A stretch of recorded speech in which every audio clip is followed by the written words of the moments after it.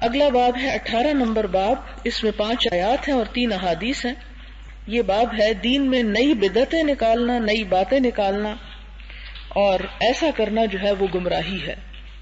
جہاں دین میں ہمیں دین کی اصل کو کم کرنے کی اجازت نہیں، وہاں اس میں بڑھانے کی بھی اجازت نہیں.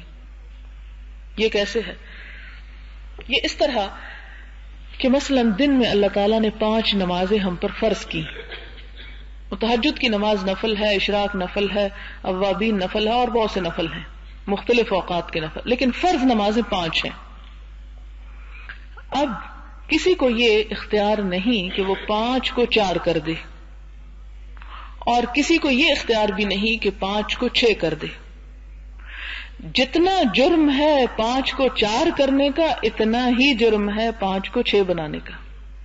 کہ کوئی شخص اٹھ کے یہ کہے کہ 10 بجے کا ٹائم بڑا اچھا ٹائم ہوتا ہے، اور اس وقت میں بالکل فارغ ہوتی ہوں، اور اس وقت بہت عبادت میں دل لگتا ہے، اور دن چمک رہا ہوتا ہے، اور بڑا فریش ٹائم ہوتا ہے، تو میں آسانی کے ساتھ ایک نماز اور پڑھ سکتی ہوں. اور نفل کیا پڑھنے، میں اسے اپنے اوپر فرض کرتی ہوں، میں فرض کی نیت سے پڑھ لوں گی. تو ایسا کرنا کیا ہوگا؟ جرم قرار پائے گا، بغاوت ہوگا. ہاں، نفل کی اجازت ہے، آپ اینی ٹائم پڑھ سکتے ہیں، لیکن آپ کسی بھی نفل چیز کو فرض نہیں کر سکتے اپنے اوپر. اس کا اختیار اللہ تعالیٰ نے انبیاء کو بھی نہیں دیا. حضور صلی اللہ علیہ وسلم سے خطاب ہوا کہ یا ایھا النبی لم تحرم ما احل اللہ لک. اے نبی صلی اللہ علیہ وسلم، آپ اپنے لیے اس چیز کو کیوں حرام کرتے ہیں جو اللہ نے آپ کے لیے حلال کر دی. اور اسی طرح اس باب میں بھی کچھ احادیث اور کچھ چیزوں سے دیکھیں گے تو یہ مسئلہ اور کچھ واضح ہو جائے گا. پہلی آیت ہے فَمَاذَا بَعْدَ الْحَقِّ إِلَّا الضَّلَالِ، کہ حق آ جانے کے بعد گمراہی کے سوا اور کیا بچتا ہے. یعنی جب حق آ جائے، حق بات معلوم ہو جائے، تو اس کے بعد کوئی اور رستہ تلاش کرنا وہ پھر گمراہی کا رستہ ہے. جب تک انسان حق تک نہ پہنچے تو ضرور حق تلاش کرے، لیکن جہاں سے حق مل جائے وہاں پھر جم جائے. پھر اللہ تعالیٰ فرماتے ہیں ما فرطنا فی الکتاب من شیء، اس کتاب میں ہم نے کسی چیز کی کمی نہیں کی. جو دین تھا اور اصل دین تھا وہ سب کچھ ہم نے اس کتاب میں بھیج دیا، ہم نے اس میں کوئی کمی نہیں کی. پھر فرمایا فَإِن تَنَازَعْتُمْ فِي شَيْءٍ فَرُدُّوهُ إِلَى اللَّهِ وَالرَّسُولِ، کہ اگر تمہارا کسی بات میں جھگڑا ہو جائے، آپس میں اختلاف ہو جائے، تنازع ہو جائے، تو کیا کرو اس تنازع کو ختم کرنے کے لیے؟ فردوہ، اسے لوٹا دو، الی اللہ، اللہ کی طرف، والرسول، اور رسول صلی اللہ علیہ وسلم کی طرف، اور بس. اس کے علاوہ کسی کو اختیار نہیں کہ کسی اور کی بات اس میں تیسرے کی مانی جائے.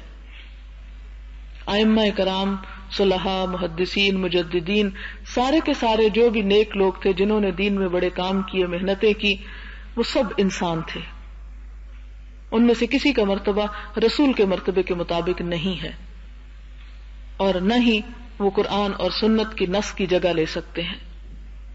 جہاں پر واضح حکم آ جائے گا وہاں پر ان میں سے کسی کا قول بھی کچھ حجت نہیں ہوگا.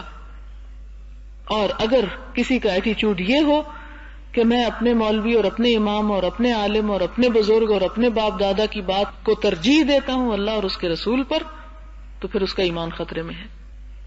کیونکہ پہلے لوگ بھی یہی کہا کرتے تھے جن پر قرآن نے نقد کی، کہ جب ان سے کہا جاتا ہے کہ آؤ اس چیز کی طرف جس کی طرف اللہ بلاتا ہے، تو وہ کہتے ہیں بل نتبع ما الفینا علیہ آباءنا، ہم تو اس کی پیروی کریں گے جس پر ہم نے اپنے باپ دادا کو پایا ہے. تو اللہ تعالیٰ پوچھتے ہیں اولو کان آباؤہم لا یعقلون شیئا ولا یہتدون، کیا پھر بھی یہ باپ دادا کے پیچھے چلیں گے اگرچہ ان کے باپ دادا کچھ بھی عقل نہ رکھتے ہوں اور کچھ بھی ہدایت نہ پاتے ہوں. پھر یہاں پر اگلی آیت میں ہے اللہ تعالیٰ فرماتے ہیں وَأَنَّ هَذَا صِرَاطِي مُسْتَقِيمًا، اور بے شک میرا راستہ یہ سیدھا ہے، فَاتَّبِعُوهُ، پس پیروی کرو اس کی، وَلَا تَتَّبِعُوا السُّبُلَ، اور نہ تم پیروی کرو مختلف رستوں کی، فَتَفَرَّقَ بِكُمْ عَنْ سَبِيلِهِ، تو وہ جدا کر دیں گے تم کو اس اصل رستے سے. کہ اللہ کا رستہ بس ایک رستہ ہے، اگر تم ادھر ادھر گھومتے پھرتے رہے تو اصل رستے سے ہٹ جاؤ گے، اصل منزل تک نہیں پہنچ سکو گے. اور پھر اللہ تعالیٰ ہی نے فرمایا قل ان کنتم تحبون اللہ فاتبعونی، کہہ دو کہ اگر تم اللہ سے محبت کرتے ہو تو آؤ میرا اتباع کرو. یعنی اللہ کی محبت کو ثابت کرنے کا جو ذریعہ ہے وہ صرف ایک ہے، اور وہ ہے رسول اللہ صلی اللہ علیہ وسلم کی اتباع میں. جو شخص محبت کے ایسے طریقے ایجاد کرتا ہے جو اللہ کے رسول صلی اللہ علیہ وسلم کی سنت میں نہیں ملتے، اللہ تعالیٰ کو وہ قبول ہی نہیں ہے. اللہ تک پہنچنے کا رستہ نبی صلی اللہ علیہ وسلم کے ذریعے ہی ہو کر گزرتا ہے. تو اگر تم ایسا کرو گے تو پھر کیا ہوگا؟ یحببکم اللہ، محبت کرے گا تم سے اللہ، ویغفر لکم ذنوبکم، اور بخش دے گا تمہارے لیے تمہارے گناہوں کو. اس میں جو احادیث ہیں وہ میں آپ کے سامنے رکھتی ہوں. پہلی حدیث ہے حضرت عائشہ سے رضی اللہ تعالی عنہا قالت قال رسول اللہ صلی اللہ علیہ وسلم من احدث فی امرنا ھذا ما لیس منہ فہو رد، کہ جس شخص نے دین میں ایسی بات ایجاد کی جو دین نہیں ہے وہ مردود ہے. ما لیس منہ، یہاں اب غور کرنے کی بات ہے، اس بات کو بہت احتیاط سے سمجھنے کی ضرورت ہے. اس معاملے میں لوگ افراط اور تفریط کا شکار ہو جاتے ہیں. وہ کس طرح؟ وہ اس طرح کہ بعض لوگ ہر چھوٹی بڑی بات کو بدعت کہنے لگتے ہیں، اور بعض لوگ جو دل چاہتا ہے اسے دین کے نام پر کرتے ہیں، اسے دین سمجھ لیتے ہیں. تو دونوں انتہائیں ہمارے معاشرے میں موجود ہیں. اب مثال کے طور پر آپ دیکھیں کہ اس مسئلے کو آپ یوں سمجھ سکتے ہیں کہ الاصل فی الاشیاء الاباحہ، کہ تمام کام کرنا جو ہے وہ جائز ہیں، درست ہے. صرف وہ کام ناجائز ہیں یا غلط ہیں جن کو قرآن یا سنت نے آ کر غلط کہہ دیا. ہر طرح کے کھانے حلال ہیں سوائے ان کے جن کے نام لے دیے گئے. اسی طرح اور بھی بہت سے کام، مثلا میں اٹھوں کہ نہ اٹھوں، بیٹھوں کہ نہ بیٹھوں، ادھر دیکھوں کہ نہ دیکھوں، ادھر دیکھوں کہ نہ دیکھوں، یہ سب کچھ کیا ہے؟ میرے اختیار پر چھوڑ دیا گیا. یہ سب درست ہے سوائے اس کے کہ جب میں دیکھوں تو یہ دیکھوں کہ جس چیز کی طرف میں دیکھ رہی ہوں وہ چیز دیکھنا میرے لیے حلال ہے یا حرام ہے. اسی طرح میں یہ لوں یا نہ لوں، سب کچھ لینا حلال ہے جب تک کہ وہ میرا اپنا ہے یا جس پر میرا حق ہے. لینا کچھ بھی چیز اس وقت حرام ہوگا جب وہ کسی اور کی ملکیت ہو اور اس کی اجازت یا مرضی کے بغیر میں لے لوں. مثلا گوشت کھانا حلال ہے اور اس میں کوئی پابندی نہیں ہے، لیکن اگر وہ کسی اور کا حق ہے تو وہ میرے لیے حرام ہے جب تک کہ وہ اجازت نہ دے. اسی طرح دین کے معاملے میں جب بدعت کی بات کو سمجھنے کا موقع آتا ہے تو وہاں پر بھی یہ شرط سمجھنا ضروری ہے کہ دین کے معاملے میں، عبادات کے معاملے میں نئے طریقے ایجاد کرنا غلط ہے، دنیا کے معاملے میں نہیں. مثلا آپ نیلا رنگ پہنے یا پیلا پہنے، یہ سب جائز ہے. نیلا بھی پہن سکتے ہیں، پیلا بھی پہن سکتے ہیں، لال بھی پہن سکتے ہیں، کالا بھی پہن سکتے ہیں، کسی میں کوئی ممانعت نہیں ہے. آپ کپڑے لمبے پہنے کہ چھوٹے پہنے سب پہن سکتے ہیں، بس یہ کہ ننگے نہ ہو پہن کر. لیکن نماز میں آپ کیا کریں گے؟ اتنی ہی رکعتیں پڑھیں گے جتنی آپ کو پڑھنے کی اجازت دی گئی. اگر صبح کی فرض میں 2 رکعتیں ہیں تو آپ کو 2 ہی پڑھنی ہوں گی، آپ 4 نہیں کر سکتے. لیکن آپ رات کی نیند میں 4 گھنٹے سونا چاہیں یا 6 سونا چاہیں یا 8 سونا چاہیں، آپ سو سکتے ہیں. صرف یہ شرط ہے کہ آپ صبح اٹھ کے نماز پڑھ لیں سورج نکلنے سے پہلے. اب آپ کو فرق واضح ہو گیا ہوگا کہ نیند کے معاملے میں تو آپ کو اختیار ہے، وہ آپ کا کیا کام ہے، آپ کا ذاتی ایک فعل ہے. دین نے اس میں کوئی لمٹ نہیں پیدا کی کہ لوگوں صرف 4 گھنٹے سونا جائز اور 5واں گھنٹہ ناجائز ہے. ایسی کوئی بات نہیں ہے. مثلا حضور صلی اللہ علیہ وسلم اگر 4 سوتے تھے یا 5 سوتے تھے تو بعد میں اگر کوئی شخص 6 گھنٹے سوتا ہے یا 7 سوتا ہے تو اس کا یہ سونا جو ہے وہ بدعت نہیں ہے اور نہ اللہ کے رسول صلی اللہ علیہ وسلم سے آگے بڑھنا ہے. کیوں؟ اس لیے کہ آپ صلی اللہ علیہ وسلم کی شخصیت کے 2 پہلو تھے، ایک بطور انسان اور ایک بطور رسول یا نبی کے. وہ کام جو آپ نے رسول کی حیثیت میں کیے، پیغام بر ہونے کی حیثیت میں کیے، اللہ تعالیٰ کے دین کی تشریح کرتے ہوئے کیے، ان کو ہم اپنی مرضی سے گھٹا بڑھا نہیں سکتے. ان کو گھٹانا بھی غلط، ان کو بڑھانا بھی غلط. گھٹائیں گے تو جرم اور بڑھائیں گے تو بدعت شمار ہوگا. لیکن جو کام آپ نے بطور ایک انسان کیے، مثلا آپ نے کھانا کھایا اور کھانا کھاتے ہوئے آپ نے اس میں مثلا کدو کو پسند کیا. اب اگر کسی شخص کو اپنی طبیعت کی وجہ سے کدو کھانا پسند نہ ہو تو اس صورت میں اس کا یہ نہ کھانا جو ہے یہ نافرمانی نہیں شمار ہوگا، کیونکہ آپ کا یہ کام، آپ کی یہ پسند دین کے حوالے سے نہیں ہے، آپ کی ایک ذاتی پسند ہے. اس میں ہم کمی بیشی کر سکتے ہیں. اس بات کو میں اس لیے بہت زیادہ کلیئر کرنے کی کوشش کر رہی ہوں کیونکہ ہمارے ہاں جو مشکلات پیدا ہوئی ہیں ہمارے معاشرے میں، اور جو ریجڈیٹی پیدا ہوئی ہے اور جو دین کو ایک بہت سخت چیز بنا دیا گیا ہے، وہ اسی بات کے نہ سمجھنے کی وجہ سے ہوا ہے. اسی طرح مثال کے طور پر آپ دیکھیں کہ آپ صلی اللہ علیہ وسلم نے مختلف طرح کے پھل کھائے، کچھ چیزیں اپنے کھانے میں پسند کی، کچھ چیزیں ناپسند بھی تھیں. آپ کے سامنے ایک خاص جانور کا گوشت رکھا گیا تو آپ نے کہا اٹھا لو، میں نہیں کھاتا. لوگوں نے پوچھا کیا حرام ہے؟ آپ نے فرمایا نہیں، حرام نہیں ہے، مجھے پسند نہیں ہے. تو اس میں کیا ہے کہ انسان ہونے کی حیثیت سے آپ صلی اللہ علیہ وسلم کی پسند اور ناپسند جو ہے، اس میں اگر ہماری پسند اور ناپسند اس سے مختلف ہو جاتی ہے تو اس میں گناہ نہیں ہے.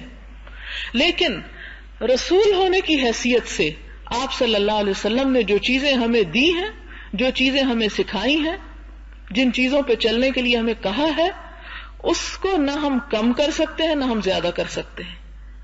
اس میں ہماری پسند ناپسند تو رہ ہی نہیں جاتی. اس کو نہ ہم بڑھا سکتے ہیں نہ ہم گھٹا سکتے ہیں. بڑھانے والے بھی مجرم، گھٹانے والے بھی مجرم. وہ چیز ناجائز ہو جاتی ہے. مثلا آپ صلی اللہ علیہ وسلم نے اپنے علاقے کے دستور کے مطابق عبایا پہنا یا تہمت باندھا یا قمیص پہنی. تو اب یہ کیا تھا؟ آپ کے علاقے کا دستور تھا. آپ نے بطور نبی وہ سب کچھ نہیں پہنا. آپ کا وہ لباس اس وقت بھی تھا جب آپ نبی نہیں تھے. اسی طرح اگر کوئی پاکستان کا رہنے والا شلوار پہن لیتا ہے تو وہ بدعت نہیں کرتا، اور کوئی اس کو یہ نہیں کہہ سکتا کہ تم ایسا کیوں کر رہے ہو، نبی صلی اللہ علیہ وسلم نے تو شلوار نہیں پہنی مثلا. اسی طرح آپ صلی اللہ علیہ وسلم نے اگر امامہ باندھا تو وہ ایک علاقے کے دستور کے مطابق ہے. اب اس کا یہ مطلب نہیں کہ ایک انگلینڈ میں رہنے والا شخص بھی لازمی طور پر امامہ باندھے یا تہمت پہنے، کیونکہ وہاں کا وہ کلچر نہیں ہے. لہذا ہمارے ہاں جب دین میں اس طرح کی سختیاں آئیں کہ نہیں کہیں بھی کوئی ہے تو لازمی طور پر اس کو یہی ڈریس پہننا پڑے گا، اور اس کو دین بنا دیا گیا، اور جس نے اس سے ذرا ادھر ادھر ہٹنے کی کوشش کی اس کے اوپر کفر کے فتوے لگ گئے. یہ دین نہیں ہے. سمجھنے کی بات یہ ہے کہ اگر آپ صلی اللہ علیہ وسلم نے فجر میں 4 رکعتیں پڑھی، 2 سنت اور 2 فرض، تو ہم اس میں 3 فرض نہیں کر سکتے، 1 نہیں کر سکتے، 4 نہیں کر سکتے. اسی طرح آپ صلی اللہ علیہ وسلم نے زندگی کے مختلف اور کاموں میں جو طرز عمل نبی کی حیثیت سے اختیار کیا، اس میں ہم آگے پیچھے ہٹ نہیں سکتے. مثلا زکوٰۃ کا نصاب آپ نے مقرر کر دیا. وراثت کی تقسیم میں وارثوں کے حصے قرآن نے اور سنت نے مقرر کر دیے، وہ ہم اپنی مرضی سے قطعاً بدل نہیں سکتے، آگے پیچھے نہیں ہو سکتے. آپ صلی اللہ علیہ وسلم نے جو احکامات اس طرح کے دیے کہ جس میں کسی کام کے کرنے کا حکم ہے یا کسی کام سے روکا گیا اور وہ آپ نے بطور نبی کیے یا ایسا کہا یا کیا، تو وہ کیا ہے؟ ہمیں ویسا ہی کرنا پڑے گا، اور ایسا کرنا سنت ہے. اب مثال کے طور پر آپ کو یاد ہوگا وہ واقعہ کہ جب مدینہ میں آپ صلی اللہ علیہ وسلم تشریف لائے تو اہل مدینہ جو تھے وہ کھجوروں کو پابند لگاتے تھے، اور شاید آپ نے اس سے روکا تو اس کے بعد فصل جو تھی وہ کم آئی. تو لوگوں نے کہا کہ اللہ کے رسول صلی اللہ علیہ وسلم آپ نے اس طرح بتایا تھا اور ہمارا یہ نقصان ہوا ہے. تو آپ نے فرمایا وہ تو میں ایک انسان بھی ہوں، اور تم اپنی دنیا کے امور مجھ سے زیادہ بہتر سمجھتے ہو. یعنی دنیا کے جہاں تک امور کا تعلق ہے اس میں مثال کے طور پر ہم ڈاکٹر بنے کہ نہ بنے، اور اگر کوئی شخص یہ کہے کہ نبی صلی اللہ علیہ وسلم تو ڈاکٹر نہیں تھے، ہم کیسے بن سکتے ہیں، تو یہ بات غلط ہوگی. دیکھنا یہ ہے کہ کیا آپ نے لوگوں کے علاج کرنے کو منع فرمایا یا اس کو برا سمجھا؟ نہیں، برا نہیں سمجھا، کہیں نہیں منع. تو پھر اصول کیا ہوا؟ الاصل فی الاشیاء الاباحہ. کہ ہر چیز کی اصل اور بنیاد کیا ہے؟ جائز ہے، کرو کرو کرو. ڈاکٹر بھی بنو، انجینئر بھی بنو، سائنٹسٹ بھی بنو، جو کچھ بن سکتے ہو بنو. صرف وہ نہیں، چور نہیں بن سکتے، ڈاکو نہیں بن سکتے، کچھ اور نہیں بن سکتے. کیا؟ جس کے بارے میں آپ صلی اللہ علیہ وسلم نے منع فرما دیا کہ یہ نہیں کر سکتے تم. تو اسی طرح مثال کے طور پر نماز کے آپ نے طریقے بتا دیے کہ آپ کھڑے ہوں گے، کھڑے ہو کر یہ پڑھنا ہے، رکوع میں یہ پڑھنا ہے، پھر کھڑے ہو کر یہ پڑھنا ہے، پھر سجدے میں یہ پڑھنا ہے، پھر 2 سجدوں کے درمیان یہ پڑھنا ہے، پھر سلام پھیرتے ہوئے یہ پڑھنا ہے. تو ان معاملات میں ہماری اپنی کوئی چوائس نہیں کہ ہم کہیں کہ نہیں میں کھڑے ہو کے درود شریف پڑھ رہی ہوں اور بیٹھ کے الحمد پڑھ لوں گی. یہ ترتیب ہم نہیں بدل سکتے، ایسا کرنا غلط ہوگا. اور جو اس میں تبدیلی کرے گا اور کوئی نیا طریقہ ایجاد کرے گا وہ کیا ہو جائے گا؟ وہ بدعت ہو جائے گا. اب اس میں مثال کے طور پر آپ دیکھیں کہ بہت سی ایسی چیزیں ہیں جو ہم عبادت سمجھ کر کرتے ہیں، نیکی سمجھ کر کرتے ہیں، لیکن نبی صلی اللہ علیہ وسلم نے نہیں کی، وہ بدعت ہے. مثلا ہم دیکھیں کہ مرنے کے اوپر جب کوئی مر جاتا ہے تو ہمارے ہاں نیکی کا کام سمجھ کر، عبادت سمجھ کر جو کھانا دیا جاتا ہے اس کے اوپر کچھ کلام پڑھتے ہیں، سورۃ الفاتحہ پڑھتے ہیں یا کل پڑھتے ہیں یا معلوم نہیں کیا کچھ پڑھتے ہیں. اب اس کو کیا سمجھ کے ہم کر رہے ہیں کہ یہ دین ہے، ایک نیکی کا کام. ویسے آپ بے شک ذکر کریں، آپ پڑھتے رہیں، پورا قرآن پاک پڑھ کے آپ پھونک لیں کسی چیز پہ، کھا لیں، کوئی حرج نہیں. آپ سورۃ فاتحہ پڑھ کے دم کر کے کھا لیں، کوئی حرج نہیں. لیکن اس مخصوص موقع پر کھانے کے اوپر دم کر کے یا اس کے اوپر پڑھ کر دینے کو درست سمجھنا اور نہ پڑھنا کو غلط سمجھنا، یہ بدعت ہو جاتا ہے. اس لیے کہ نبی صلی اللہ علیہ وسلم نے مرنے کے بعد یوں کھانے کے اوپر دم کر کے یا پڑھ کے کوئی چیز تقسیم نہیں کی تھی. ہم نے اس کو ایک رواج بنا لیا، اس کو دین کا حصہ بنایا. دنیا سمجھ کے آپ کرتے رہیں، آپ بے شک کھانا کھلائیں، 2 کو نہیں، 3 کو نہیں، 20-40 کو کھلائیں، 100 کو کھلائیں، غریبوں کو کھلائیں، امیروں کو کھلائیں. آپ کا کھانا ہے، جس کو مرضی کھلائیں، آپ کو کوئی نہیں پوچھے گا. لیکن اگر آپ یہ کہیں کہ میں ایک دین کا فرض سمجھ کے کھلا رہی ہوں اور جس نے نہ کھلایا وہ گناہ کر رہا ہے، تو وہ چیز جرم ہو جائے گی. کیوں؟ آپ لوگوں کو ایک ناجائز پابندی میں جکڑ رہے ہیں، ایک بوجھ ان کے اوپر ڈال رہے ہیں، وہ چیز ان پہ فرض کر رہے ہیں جو اللہ اور اس کے رسول صلی اللہ علیہ وسلم نے فرض نہیں کی. آپ اپنی ذاتی زندگی میں بہت سی چیزوں میں آزاد ہیں. مثال کے طور پر آپ دیکھیں کہ ہمارے ہاں ایک درود شریف تو وہ ہے جو نبی صلی اللہ علیہ وسلم نے خود سکھایا، اور کچھ وہ ہے جو ہماری کتابیں بھری پڑی ہیں. ہر گھر میں ایسی کتابیں آپ کو مل جائیں گی، اور ان کے پھر نام بھی ہم نے خود رکھ لیے. کوئی درود ناری اور کوئی نوری اور کوئی ماہی اور کوئی پتہ نہیں کیا کیا. کوئی حرج نہیں، آپ لکھیں درود. اللہ کے رسول صلی اللہ علیہ وسلم کی تعریف ہے، اس میں کیا گناہ کی بات ہے؟ درود لکھیں، نعت لکھیں. آپ صلی اللہ علیہ وسلم کی تعریف جو ہے آپ کی محبت میں کرنا ثواب کا کام ہے، کوئی برائی نہیں اس میں. آپ اسی طرح آپ صلی اللہ علیہ وسلم کی زندگی کے اوپر کوئی کہانی لکھیں، کوئی کتاب لکھیں، کئی کتابیں لکھیں، کئی والیوم لکھیں، انسائکلوپیڈیا بنا دیں، کوئی حرج نہیں، کوئی اس میں گناہ نہیں. لیکن جب آپ یہ کہیں کہ اس درود کے پڑھنے کے اتنا اتنا اتنا ثواب ہے اور اتنے 1000 گناہ معاف ہو جائیں گے اور اتنی نیکیاں مل جائیں گی اور اتنے سونے کے محل تیار ہو جائیں گے اور اتنے فلاں اور فلاں مل جائے گا اور اتنی شفائیں ہو جائیں گی اور اتنی بلائیں دور ہو جائیں گی، تو یہ کیا ہو جائے گا؟ پھر یہ بدعت ہو جائے گا. یہ ہے اصل فرق سمجھنے کا، جس کو ہم نہیں سمجھتے. افراط اور تفریط کا شکار ہوتے ہیں، پھر غلط فتوے دیتے ہیں. اب مثال کے طور پر کسی نے مجھے ایک کاغذ لا کر دیا، اس میں کوئی درود لکھا ہوا تھا اور درود کم تھا اور اس کی جو خصوصیات تھی وہ اس سے دگنی تھی، اور ان خصوصیات میں دنیا کی کوئی بات نہیں چھوڑی گئی تھی کہ اگر آپ یہ پڑھ لیں تو یوں لگتا ہے جیسے وہ ایک دفعہ پڑھنے سے دنیا اور آخرت کے سارے مسئلے حل ہو جائیں. مثلا آپ ایک گولی اٹھاتے ہیں، رستے میں پڑی ہوئی ہے، وہ ملتی ہے پیراسیٹامول کی گولی سے، کیا آپ صرف اس کی ظاہری شکل دیکھ کے وہ کھا لیں گے؟ نہیں کھائیں گے نا، جب تک کہ آپ کسی ایکسپرٹ سے پوچھیں نا کہ واقعی یہ پیراسیٹامول ہے، یا آپ کہیں وہ بھی سفید ہوتی ہے، یہ بھی سفید ہے، وہ بھی گول ہوتی ہے، یہ بھی گول ہے، اس کے بیچ میں بھی کٹ ہے، اس کے بیچ میں بھی کٹ کا نشان پڑا ہوا ہے، لہٰذا میرے خیال میں یہ پیراسیٹامول ہی ہے تو میں کھا لیتی ہوں. تو نتیجہ کیا نکلے گا؟ ری ایکشن بھی ہو سکتا ہے اور بعض اوقات بڑا خطرناک ری ایکشن ہو سکتا ہے.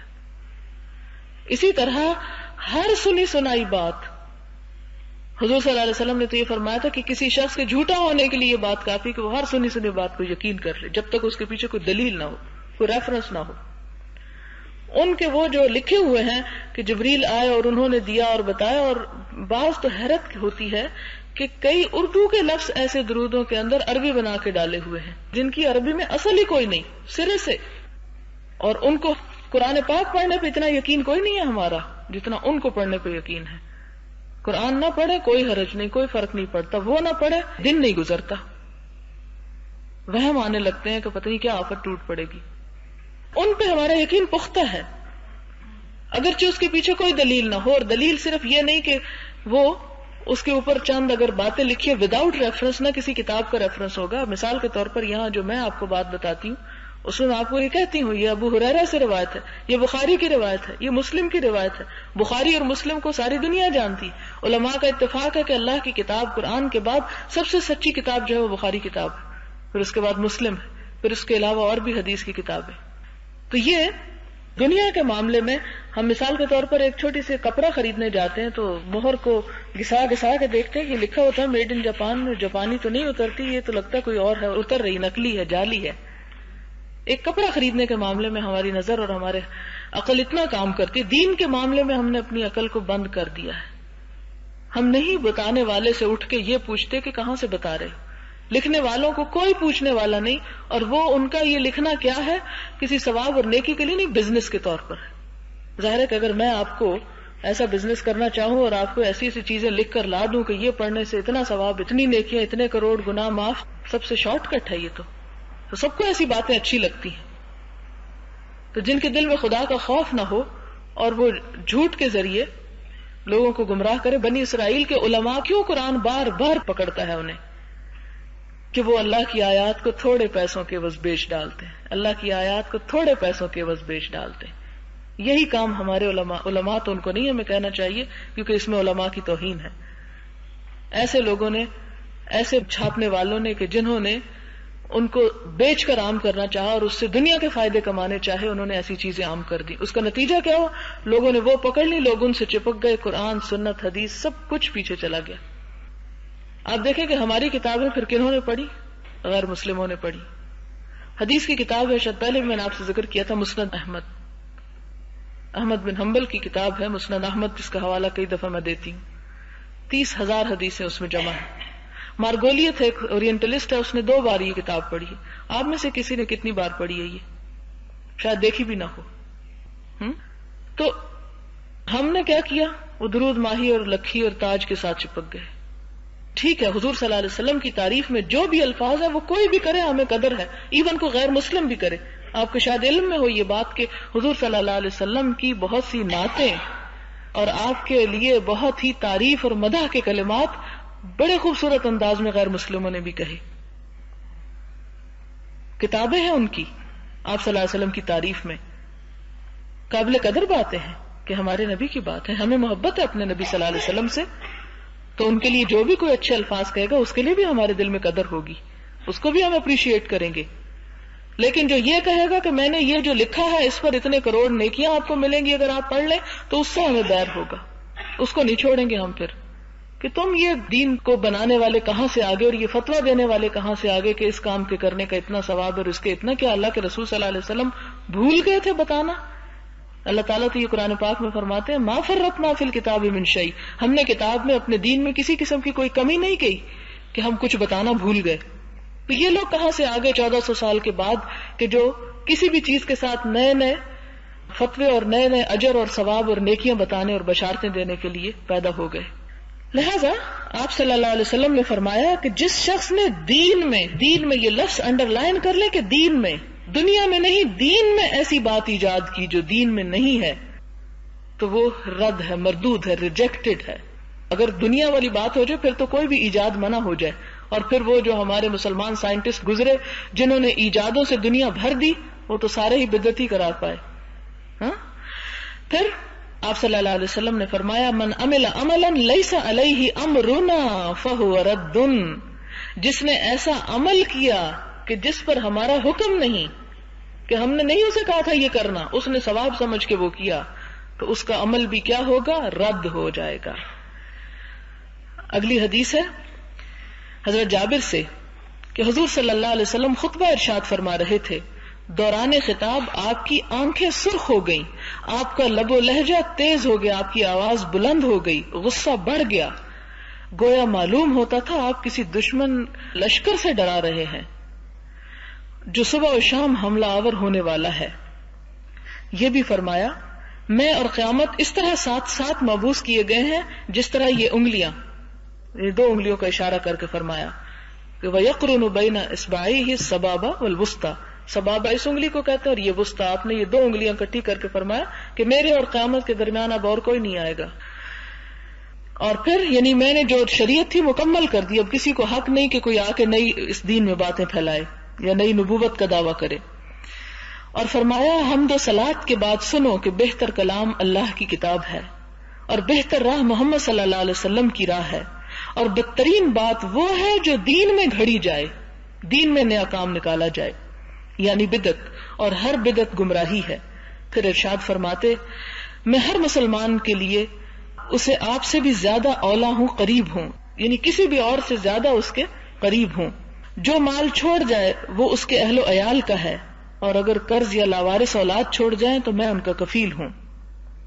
اس حدیث کا مطلب یہ ہے، یعنی یہ طویل حدیث ہے جس میں سے اصل میں یہ ٹکڑا جو یہاں پر لکھا گیا اس کا مطلب یہ آپ صلی اللہ علیہ وسلم نے جو فرمایا کہ شر الامور محدثاتها وکل بدعۃ ضلالہ، کہ سب سے بدترین کام وہ ہے جو دین میں نئے سرے سے گھڑ لیے جائیں۔ اور ایک اور جگہ پر آتا ہے کل محدثۃ بدعہ، ہر دین میں نئی نکالی ہوئی بات بدعت، وکل بدعۃ ضلالہ، ہر بدعت گمراہی، وکل ضلالۃ فی النار، اور ہر گمراہی کا انجام آگ ہے۔ لہذا ہمیں آنکھیں کھولنے کی اور ہوش و حواس میں رہ کر دین کو سیکھنے اور سمجھنے کی ضرورت ہے۔ اس لیے کہ اگر کوئی شخص یہ کہے کہ لوگوں آؤ میں تمہیں گمراہ کروں، تو کوئی اس کے پیچھے نہیں چلے گا، کوئی اس کی بات نہیں سنے گا، کوئی اس پہ کان نہیں دھرے گا۔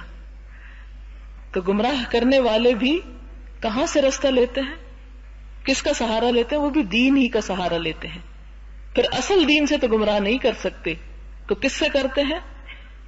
اسی قسم کی نئی نکالی ہوئی باتوں سے اور فتنوں سے اور غلط تعویلوں سے۔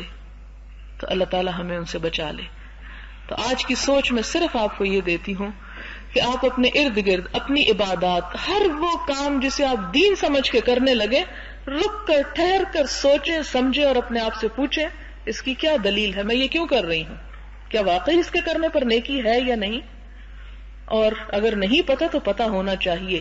یہی وہ علم ہے جس کا سیکھنا فرض عین ہے، لازم ہے ہم سب پر، کہ دین کے نام پر ہم جو کچھ کر رہے ہیں اس کے پیچھے ایک سالڈ گراؤنڈ ہونی چاہیے، مضبوط دلیل ہونی چاہیے کہ ہاں یہ اللہ کے رسول صلی اللہ علیہ وسلم نے ایسا کیا اس لیے میں کر رہی ہوں۔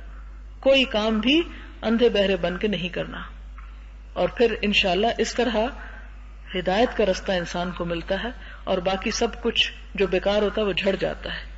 لیکن اگر ہم نے دین کو دوسروں کے حوالے کر دیا، جو چاہیں ہمیں بتا کے گھر چلے جائیں، تو پھر ہمارے بھٹکنے میں کوئی کسر نہیں رہے گی۔ ذکر سے تو آپ صلی اللہ علیہ وسلم نے منع نہیں کیا، قرآن پڑھنے سے بھی منع نہیں کیا، آپ قرآن پڑھیں، آپ ذکر کریں، آپ جو کریں، لیکن یہ جو نمبر آپ فکس کرتے ہیں کہ اتنا کریں گے تو یہ ملے گا، یہ ٹھیک نہیں۔ جہاں پر نمبر آپ نے خود مقرر کیا وہ ٹھیک ہے۔ ان چیزوں نے ہماری روح نکال دی۔ نعت پڑھنا بھی کوئی بری بات نہیں، آپ صلی اللہ علیہ وسلم کا ذکر کرنا بھی کوئی بری بات نہیں، لیکن یہ ساتھ سوچ لینا کہ اس طرح کرنے سے اتنا ثواب ہے اور اتنے گناہوں کی معافی ہے اور ایسا ہے، یہ باتیں درست نہیں۔ یا اس کا ایک خاص پیٹرن مقرر کر لینا، اس سے ہٹ کے نہیں کرنا۔ اب دیکھیں نماز میں بھی درود شریف تو ہم کہاں پڑھتے ہیں؟ بیٹھ کے ہی پڑھتے ہیں نا۔ تو ہم واجب کر لیں، اور اس میں تو آپ نے سنے ہوں گے وہ شعر کہ جو بے ادب وہ محفل سے نکل جائے، اور مطلب دوسرے کو برداشت بھی نہیں کرتے، پھر تو ہر ایک بے ادب ہے کہ بیٹھ کے نماز میں درود شریف پڑھتا ہے، اگر ادب کا معیار صرف کھڑے ہونا ہے۔ حالانکہ حدیث واضح ہے حضرت انس کی کہ ہم سے زیادہ حضور صلی اللہ علیہ وسلم کو کوئی پیار نہیں کرتا تھا، لیکن جب آپ آتے ہم اٹھتے نہیں تھے، کیونکہ ہمیں پتا تھا کہ آپ کو ہمارا اٹھنا پسند نہیں ہے۔ آپ صلی اللہ علیہ وسلم اپنے لیے اٹھنا لوگوں کا پسند نہیں فرماتے تھے، تو ہم نے وہ کام واجب کر لیا اپنے اوپر جو کہ آپ کو ناپسند تھا. جتنے بھی ہم کام کرتے ہیں اس کے پیچھے دلیل ہونی چاہیے. آپ صلی اللہ علیہ وسلم نے احترام کا معیار یہ قائم کیا تو ہمیں بھی وہی رکھنا چاہیے. اور اگر آپ نے یہ نہیں کیا کچھ اور، یا جو لوگ اس کو قائم رکھنا چاہتے ہیں وہ بھی ضرور رکھیں، لیکن دلیل کے ساتھ کہ ہاں واقعی اللہ کے رسول صلی اللہ علیہ وسلم کے احترام میں سب لوگ اٹھا کرتے تھے. یا یہ کہ آپ صلی اللہ علیہ وسلم پر درود شریف جو ہے وہ کھڑے ہو کر ہی پڑھنا زیادہ ضروری ہے، کیونکہ اس کی دلیل یہ کہ نماز میں بھی کھڑے ہو کے پڑھا جاتا ہے. تو یہ تو دلیل نہیں ہے نا، ایسا نہیں ہے. پھر ہم وہ باتیں کیوں واجب کر لیتے ہیں اپنے اوپر، کیوں سختی کرتے ہیں اپنے اوپر، اور کیوں صرف اسی مہینے میں وہ کام کرتے ہیں، اور کیوں صرف ایک خاص برے صغیر کے پیٹرن پر ہی کرتے ہیں. عرب دنیا میں تو اس طرح یہ کام کرنے کا کوئی رواج نہیں جس کو ہم نے اپنے اوپر فرض کر لیا. یعنی نعت پڑھنے میں کوئی قباحت نہیں ہے، کوئی برائی نہیں، بس صرف یہ قباحت ایک ہوتی ہے کہ اس میں حضور صلی اللہ علیہ وسلم کے مقام کو نہ اللہ سے بڑھایا جائے اور نہ گھٹایا جائے آپ کی شان سے. آپ دیکھیں کہ حضرت حسان بن ثابت نے آپ کے لیے نعت کہی، آپ کے سامنے آپ کو سنائی. حضرت عائشہ نے آپ کے بارے میں شعر کہے، اور بھی شعر موجود ہیں ابی ابن کعب کے ہیں. اور ابی ابن کعب کے بارے میں تو بڑی خوبصورت دعات کل پرسوں میں نے پڑھی کہ جب حضور صلی اللہ علیہ وسلم نے ان کو بتایا کہ اللہ تعالیٰ نے آپ کو سلام بھیجا ہے یا آپ سے خوش ہے، تو وہ فرتے جذبات سے، یعنی اس خوشی سے ان کی آنکھوں سے آنسو نکل پڑے کہ اللہ تعالیٰ میرا ذکر کرتے ہیں اور یعنی مجھ سے راضی ہیں. تو اسی طرح اور بھی لوگ تھے جنہوں نے حضور صلی اللہ علیہ وسلم کی زندگی میں اور بعد میں 1400 سال سے نعت کا سلسلہ کبھی بھی نہیں بند ہوا، اور اس میں کوئی کباہت نہیں، بلکہ کبھی کبھی ایسی نعتیں پڑھنی چاہیے تاکہ دل کے اندر محبت پیدا ہو، لیکن آوازوں کا مقابلہ نہیں. ہمارے ہاں نعت کی روح کوئی نہیں رہی، پڑھنے والوں کو بھی کوئی پتہ نہیں وہ پڑھ کیا رہے ہیں، اور سننے والوں کو بھی کوئی سمجھ نہیں سن کیا رہے ہیں. ایک کھوکھلی برکت کا تصور ہے صرف. تو ہمیں ان ساری باتوں میں جان پیدا کرنے کی ضرورت ہے کہ سنیں تو دل پگھل جائیں، اور بولیں تو دل سے نکلے اور واقعی روح محسوس کرے اس کو. پھر آپ دیکھیں کہ فضا بدلتی ہے کہ نہیں بدلتی، معاشرہ بدلتا ہے کہ نہیں. کیونکہ آپ نے فرمایا تھا کہ بعض شعر جو ہیں وہ جادو اثر رکھتے ہیں. وہ بات جو ہم نثر میں گھنٹوں میں ایک کرتے ہیں وہ شعر میں آپ 1 سیکنڈ کے اندر وہ کر سکتے ہیں، لیکن بات یہ ہے کہ وہ دل سے نکلتی ہو. صلی اللہ علیہ وسلم سب سے چھوٹا درود ہے، صلی اللہ علیہ وسلم. سورۃ الحجرات کے شروع میں آپ نے پڑھا ہوگا کہ اللہ سبحانہ وتعالیٰ فرماتے ہیں یا ایھا الذین آمنوا، اے لوگوں جو ایمان لائے ہو، لا تقدموا بین یدی اللہ ورسولہ، کہ اے اہل ایمان اللہ اور رسول سے آگے بڑھنے کی کوشش نہ کرو.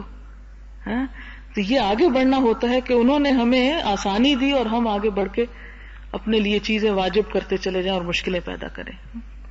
وآخر دعوانا الحمد للہ رب العالمین. سبحانک اللہم وبحمدک، نشہد ان لا الہ الا انت، نستغفرک ونتوب الیک. والسلام علیکم ورحمۃ اللہ وبرکاتہ.